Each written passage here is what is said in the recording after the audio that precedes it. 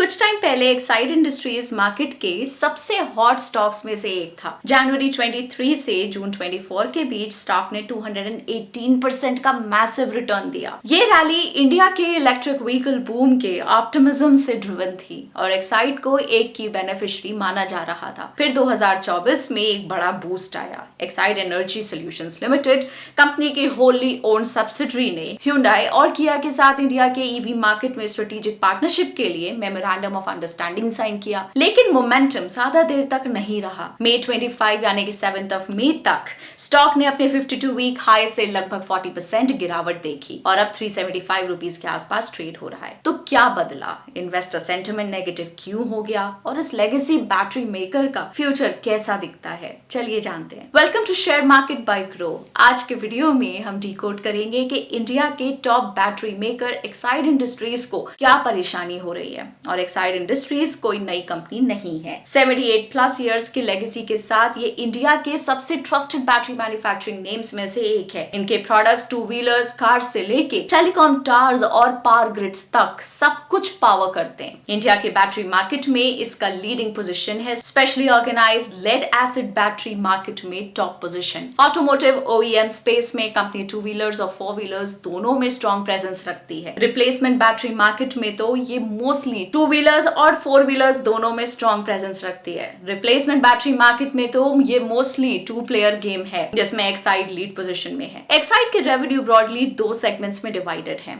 Automotive batteries जो financial year 24 में 69% revenue contribute करते हैं। ये बाइक्स, कार्स, ई रिक्शाज और होम UPS सिस्टम्स में यूज होते हैं। दूसरा सेगमेंट है इंडस्ट्रियल बैटरीज का जो 31% रेवेन्यू कंट्रीब्यूट करता है। ये टेलीकॉम, रेलवेज, पावर ग्रिड्स और सबमरीन्स जैसे सेक्टर्स में यूज होते हैं। कंपनी अब अपने लेगेसी बिजनेस पे ही रिलाई नहीं कर रही। बड़ी कहानी ये है कि company lithium ion technology pivot करी जो इलेक्ट्रिक मोबिलिटी और रिन्यूएबल एनर्जी स्टोरेज में गोल्ड स्टैंडर्ड बन रहा है। इस ट्रांसफॉर्मेशन को लीड करने के लिए एक्साइड ने फाइनेंशियल ईयर 22 में अपनी subsidiary Exide energy solutions limited launch की। लिथियम आयन क्यों? सिंपल है। ये battery energy density, longer life और लोअर मेंटेनेंस ऑफर करती है ट्रेडिशनल लेड एसिड बैटरीज के कंपैरिजन में। ये EVs और एनर्जी स्टोरेज सिस्टम्स के लिए परफेक्ट है। EESL के अंडर एक्साइड बेंगलुरु में 12 gigawatt lithium ion cell manufacturing plant बना रही है। दो 6 गीगावाट फेजेस में डेवलप किया जा रहा है। कंपनी लगभग 6,000 करोड़ रुपीज इन्वेस्ट कर रही है अगले 8 से 10 सालों में डेट और इक्विटी मिक्स के थ्रू। फाइनेंशियल ईयर 25 में इसने तकरीबन 3,600 करोड़ रुपीज इन्वेस्ट किए। और यही नहीं, 6 गीगावाट प्लांट का पहला फेज फाइनेंशियल ईयर 26 में ट्रायल प्रोडक्शन शुरू करेगा इंडिया में। कंपनी कई OEMs के साथ पोटेंशियल ऑर्डर्स के लिए एडवांस डिस्कशंस में है। एक्साइड अपने लिथियम आयन एम्बिशंस को सपोर्ट करने के लिए और पार लाई है। 2021 में चाइना की S-Volt एनर्जी के साथ टेक ट्रांसफर और प्रोडक्शन एक्सपर्टीज के लिए टाई अप किया। डिमांड साइड पे Hyundai और किया कस्टमर्स बन चुके हैं, लेकिन एक्चुअल ऑर्डर वॉल्यूम्स अभी डिस्क्लोज नहीं किए गए। ये एक गेम चेंजर हो सकता है। सब कुछ कंपनी के लिए और उसके फ्यूचर के लिए अच्छा सिग्नल लगता है, राइट? लेकिन कुछ चीजें स्टॉक पे भारी पड़ रही हैं। एक्साइड की परफॉर्मेंस पिछले कुछ सालों में एक्साइटिंग नहीं रही और फाइनेंशियल ईयर 25 भी उसी ट्रैक पे चला। मार्केट में बढ़ता कंपटीशन, रॉ मटेरियल के प्राइसेस का बढ़ना और डिमांड का स्लो होना मेजर फैक्टर्स रहे एक सबड्यूड परफॉर्मेंस के। साथ ही प्रॉफिटेबिलिटी और रिटर्न रेशियोज पे प्रेशर रहा। हायर कैपेक्स की वजह से for lithium ion manufacturing facility और B2B में स्लो बिजनेस ट्रांजिशन की वजह से जहां प्राइसिंग पावर लिमिटेड है। क्वार्टरली रेवेन्यू ट्रेंड्स में भी ये दिखा। Recent quarter 4 of financial year 25 में कंपनी ने 3.7% year on year revenue growth report की, जिसमें टू व्हीलर और फोर व्हीलर रिप्लेसमेंट सेगमेंट्स में डबल डिजिट ग्रोथ थी। साथ ही सोलर और इंडस्ट्रियल UPS सेगमेंट्स में स्ट्रॉन्ग डिमांड रही। फिर भी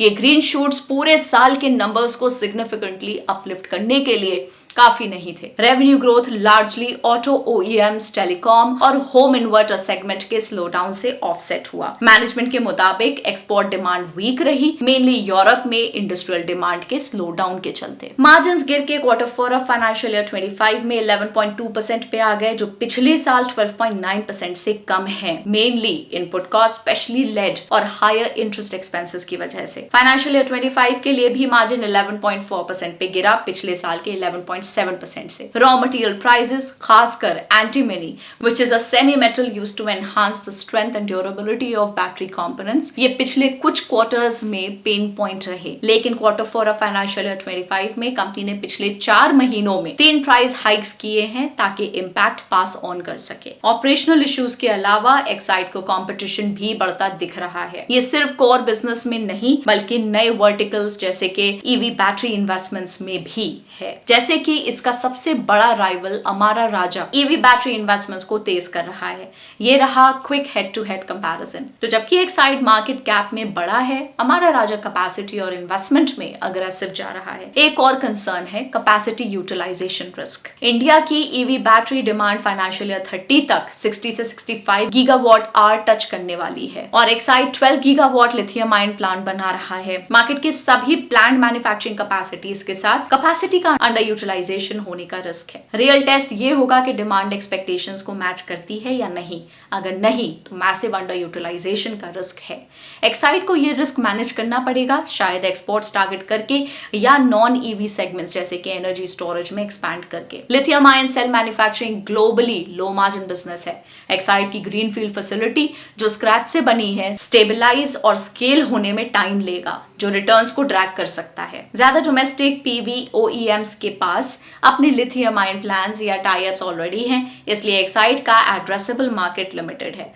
एड्रेसेबल मार्केट मतलब रेवेन्यू अपॉर्चुनिटी जो किसी प्रोडक्ट या सर्विस के लिए अवेलेबल होती है। इसके साथ ही slower than expected EV adoption, OEMs के इन हाउस बैटरी प्लान से कॉम्पिटिशन और ऑर्डर वॉल्यूम्स की लिमिटेड विजिबिलिटी भी चैलेंज है। लेकिन सिचुएशन एक्साइड इंडस्ट्रीज के लिए पूरी तरह ग्लूमी नहीं है। लिथियम आयन स्टोरी अभी भी एक्साइड का सबसे बड़ा ग्रोथ लीवर है। इकोसिस्टम इवॉल्व हो रहा है और गवर्नमेंट सपोर्ट बिल्ड हो रहा है। सेंटर ने 3,760 crore rupees viability gap funding announce की है बैटरी एनर्जी स्टोरेज सिस्टम्स के लिए। कस्टम्स ड्यूटी वेव किया गया है की बैटरी मटेरियल्स पे जैसे कि cobalt, lithium ion scrap, lead, zinc और दूसरे क्रिटिकल मिनरल्स पे यूनियन बजट 25-26 में। ये इसलिए इंपॉर्टेंट है क्योंकि battery makers recycled lithium, cobalt और निकल पे डिपेंड करते हैं। इंपोर्ट ड्यूटीज वेव होने से प्रोडक्शन कॉस्ट सिग्निफिकेंटली गिर सकती हैं। डोमेस्टिक बैटरी मैन्युफैक्चरिंग ज्यादा कंपेटिटिव बन सकती है। ईवी और मोबाइल बैटरी प्रोडक्शन से जुड़ी 63 कैपिटल गुड्स पे एग्जेम्पशंस एक्सटेंड किए गए हैं जो एक्साइड इंडस्ट्रीज जैसे प्लेयर्स को बेनिफिट करेंगे। इसके अलावा रिप्लेसमेंट बैटरी मार्केट स्ट्रॉन्ग बना हुआ है जिसमें एक्साइड मार्केट लीड कर रहा है। सोलर बैटरी सेगमेंट सूर्या घर योजना रूफटॉप सोलर टारगेट से बेनिफिट देख रहा है। Industrial battery demand infrastructure spending के रिटर्न होने से रिकवर होने वाली है, स्पेशली गवर्नमेंट स्पेंडिंग से। तो जबकि कोर बिजनेस स्टेबिलिटी ऑफर करता है, स्टॉक का री रेटिंग ट्रिगर डिपेंड करेगा कि एक्साइड अपने लिथियम आयन प्लान्स को अगले 8 से 10 क्वार्टर्स में कितना अच्छा एग्जीक्यूट करता है। यह बिजनेस हाई पोटेंशियल के साथ हाई रिस्क भी कैरी करता है। एग्जीक्यूशन, स्केल, डिमांड और profitability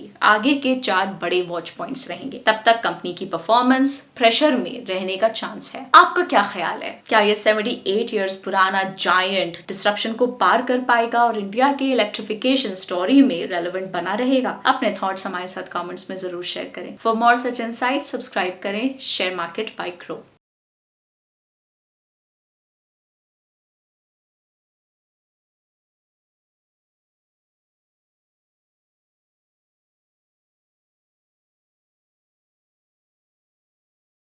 Investment in securities market are subject to market risks. Read all the related documents carefully before investing. Please read the risk disclosure documents carefully before investing in equity shares, derivatives, mutual fund, and or other instruments traded on the stock exchanges.